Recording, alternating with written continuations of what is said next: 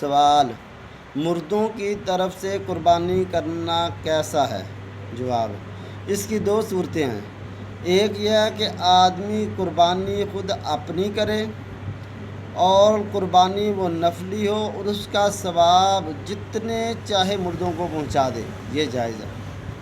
دوسری صورت یہ ہے کہ قربانی ہی مردوں کی طرف سے کرنا چاہتا ہے، تو پھر ایک مردے کی طرف سے ایک بکرا یا بڑے جانور کا ایک حصہ کر سکتا ہے، اس میں کسی دوسرے مردے کو شریک نہیں کر سکتا۔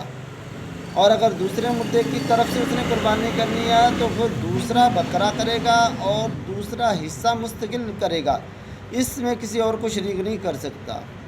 خلاصہ یہ ہے کہ اگر تو اس نے نفلی قربانی کر کے اس کا ثواب پہنچانا ہے تو پھر جتنے مرضی مردوں کو پہنچا دے، لیکن اگر مردے ہی کی طرف سے قربانی کرنی ہے تو پھر ایک بکرا ایک مردے کی طرف سے یا بڑے جانور میں سے کم ایک حصہ ایک مردے کی طرف سے ضروری ہے۔